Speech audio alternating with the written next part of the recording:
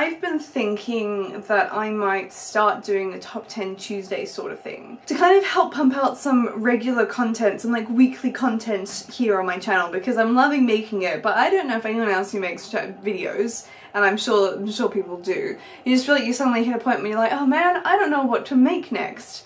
So in potential preparation for starting doing regular top 10 videos, we're gonna do a top 10 today. Hi guys, my name is Kirsty and welcome to Upside Down Books. Today we're going to be going over my top 10 books of 2017, which is so exciting. I love doing years in review, like a year in review. I find it so exciting. You get to the end of the year and you're like, wow, look at all I've achieved in my reading year. And you cross your fingers that you achieved a lot, otherwise you feel a little bit disappointed, you know? This tea is really good. Like, I just made the best cup of tea. This is a good day. This is a really good day. So I sat down to go through the books that I read this year and pick out 10, which was easier to do seeing as I've only read 40 books this year. I'm basically picking a quarter of those books and I still struggled. What I'm going to do is break this into 3 sections for you. So we're going to talk about Harry Potter, we're going to talk about my top 10, and then we're going to talk about a couple of honorary mentions that I feel we should discuss. I've still yet to decide what I'm going to do in regards to an end of year wrap up here on the channel. I guess I will put some thought into that after Christmas. I don't have to worry about it just yet. But in preparation for you guys getting into my content, I guess, make sure you head over to my blog, because I will for sure be doing my end of year wrap up over there, and that will be full of lots of charts and other statistical joys. But that's not important for this video. So, let me put my tea down. I'm gonna drop all these books and everyone's gonna die. So if you weren't aware or you're new here, I was rereading Harry Potter this year. I was rereading it via audiobook. Now, I read books 2 to 7 throughout this year because usually I reread Harry Potters whenever I go travelling, because I've had them on audiobook. I read the first one last year, but I was travelling for 6 months and then I kept reading them because it's Harry Potter. And anyway, that was a really long backstory that's pointless. Point is, I did reread them this year, and it was the first time rereading quite a lot of them for me. And I do have favourites within the series. I'm going to show you my top 3 favourite Harry Potters, which are also in my all-time favourites list. If you do want to see my all-time favourites list, then that is over on Goodreads, so I'll leave a link in the description down below for you. I think it's at about 46 books out of all the books I've ever read that are my absolute tippity top of the list of the books that I love. So these ones, being Harry Potter, obviously made that list. So let's start with my absolute favourite of the Harry Potters, and that is The Prisoner of Azkaban. For whatever reason, the third one has always been my favourite. It's one of the ones I've reread the most, and I just love the story. For such a small book, so much happens in this one, so I just fall in love with it every time I get to it. I feel like it's just a step, or literally a book before things start to get really serious and sad in this series. Huh. That was almost a pun. Get it? Serious? Because Sirius Black? But yeah, I really love this one. I love all the magic that happens in it, the time travelling that happens in it, sort of. Just everything is good. Like, I don't need to recommend it. You've read this, right? You've read it. If you haven't read it, what are you doing? I just dropped a Harry Potter on my foot.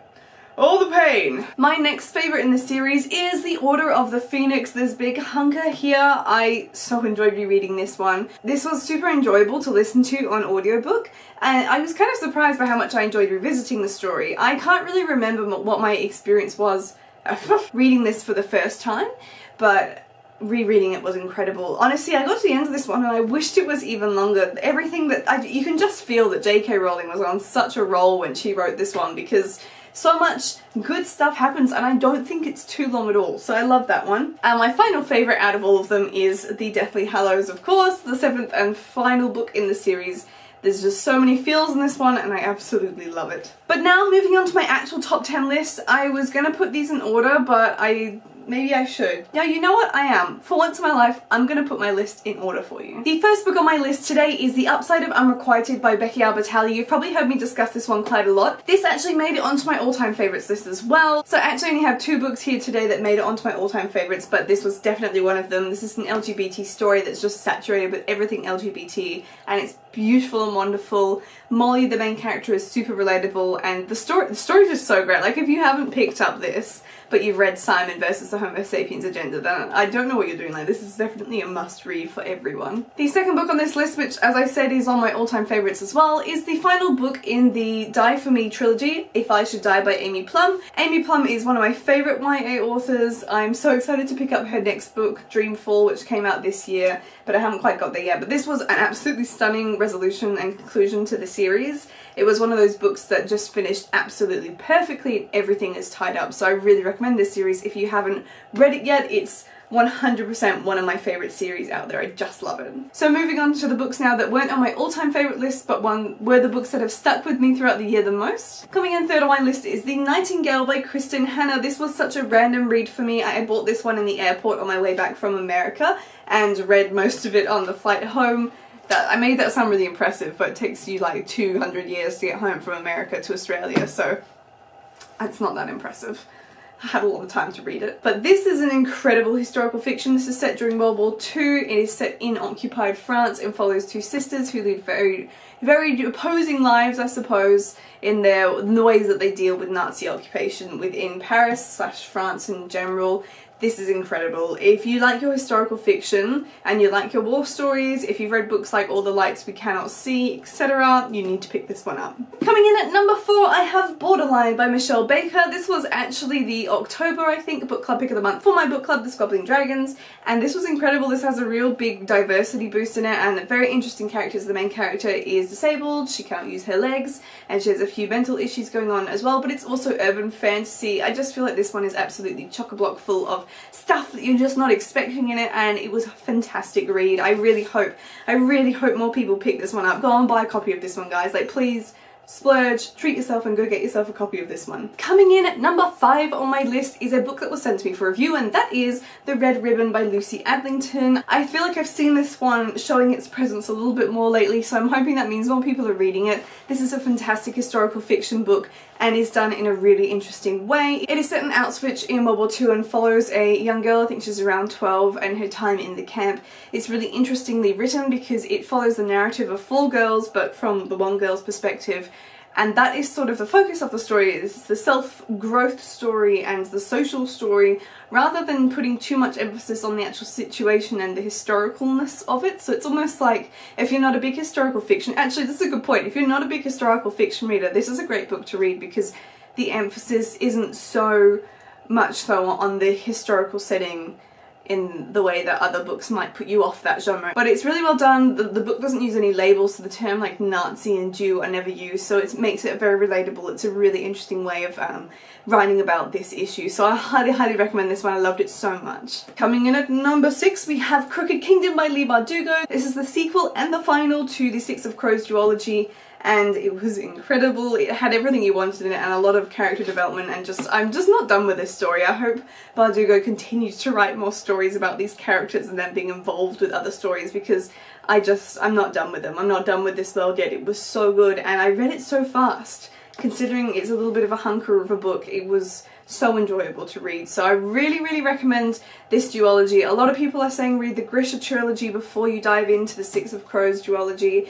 And yes, I think on the whole I do agree with, if you want to understand the world better, do it that way. But honestly, this is the better of her two series, I guess. Although I love the Grisha trilogy, this one is so much more in depth. So if you're wanting to pick this one up but you haven't because you've been waiting to buy the Grisha trilogy and you're just sort of not motivated to do it, screw it. Just buy this duology, okay? You're going to love it just as much. You're not going to not understand anything, but this is so worth it. So please do that. The next book I have for you, coming in at number 7, is a book that kind of took me by surprise, and that is The Darkest Part of the Forest by Holly Black. This one has been on my reading list for so many years, and I finally read it this year and was just totally blown away by how much I loved it. This book was written for me. It's sort of just a low fantasy, normal, regular fantasy book, but it's just done in such a way that appeals to me. If you like Julie Kagawa and other authors similar to her and her Iron Face series, this book is so for you. Like Aprilyn Pike's another one I would compare to this, but if that was the type of thing you loved reading a few years ago, then please go and pick yourself up a Holly Black book, because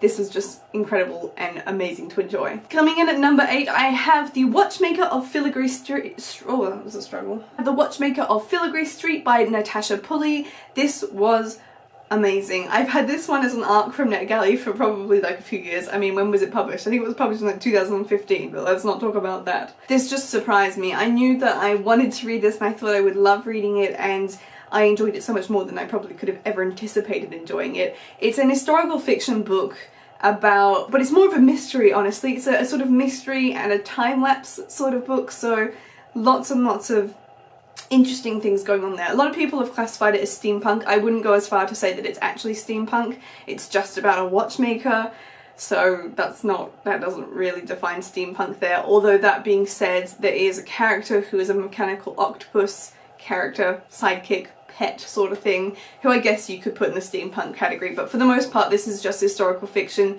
and has LGBT romance in it that you're not expecting. So if you want a little bit of that you just love, one of those really natural LGBT relationships that just happen and you're like, yes, I ship this, then you should definitely go check this one out. Coming in at number 9, I have The Nearest Faraway Place by Hayley Long. This was another one that was sent for review to me and I really enjoyed it. I wasn't expecting to enjoy it as much as I did. It's a contemporary YA novel about two boys who lose their parents in a car crash, and it's very emotional. It has one of the best plot twists I've ever read. It's right up there with how much I rate Diane Setterfield's The 13th Tale, with the plot twists that happen in that book. This book was really good. I really recommend it. This is a release for 2017, so make sure you go and grab yourself a copy. It's a nice short book, so it's an easy read, but absolutely adored it. And finally, coming in at number 10 on my list of my favourite books of 2017 is Roseblood by A.G. Howard. This came out at the very start of the year and is a Phantom of the Opera retelling. A.G. Howard is probably my second favourite author after Colleen Houck. We're just going to exclude J.K. from this list because J.K. Rowling is just a default favourite, so if ever I say that Harry Potter isn't my favourite, it's just an assumed automatic favourite, alright? Howard is an incredible author and absolutely fantastic at her retellings. This is a standalone book and it was so good. It was such a clever retelling of Phantom because she's not just retelling the story that we know from the movies and from the play, like the Broadway play that we know, but from like LaRue's original work and his inspiration. So there are a lot of different layers because all of those things are quite different from each other, and when you mesh them together you get a very intricate story. So I really recommend this one. I have not seen anywhere near enough people reading this, but if you liked her other Splinter trilogy, or if you haven't read it, or even if you didn't like it, just read this one. It's quite different while still being just a magnificent retelling of a classic. Now, as I said, I still do have a couple of honorary mentions. It's literally just going to be a couple here. These are memoirs / non-fiction autobiography sort of things, so I find them really hard to try and compare against other books, but I thought, you know what, I really enjoyed them, and I thought I would just throw them into this video for you.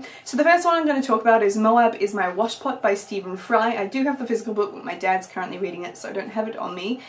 This one was really good. I think this is the first in like the series of memoirs that Stephen Fry has done so far. If you're a fan of Fry, if you've watched a little bit of Fry and Laurie, or just anything that Stephen Fry's been in, I find him to be an absolutely fascinating man. He's so intelligent, he has so many interesting opinions, and you should definitely have a go at his memoirs. They're so interesting to learn a little bit more about his life, and these ones focus on like his early years, so up until he's about 20 or something, so kind of what he calls like his bad years, because he went to jail and other things like that. Lots and lots of interesting things happening for him, so I really enjoyed that one. And my second honorary mention is one that I listened to on audiobook, and that one is Believe Me, A Memoir of Love, Death and Jazz Chickens by Eddie Izzard. I really enjoyed listening to this one. I love Eddie Izzard.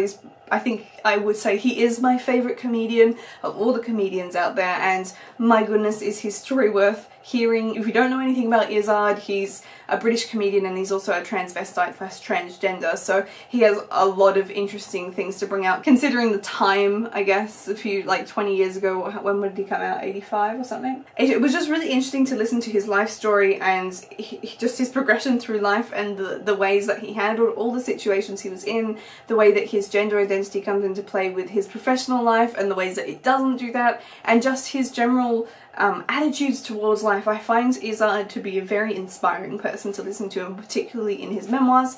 They are narrated by him as well, which makes it that little bit more funny. There's a lot of extra content in this one as well, so I will say that if you do want to read his memoirs, get the audiobook version rather than the reading version. I have a feeling it will be quite hard to read because he uses footnotes, so you'd be constantly flicking between main text and the text below, so way easier and cleaner to just listen to it and let him narrate it for you.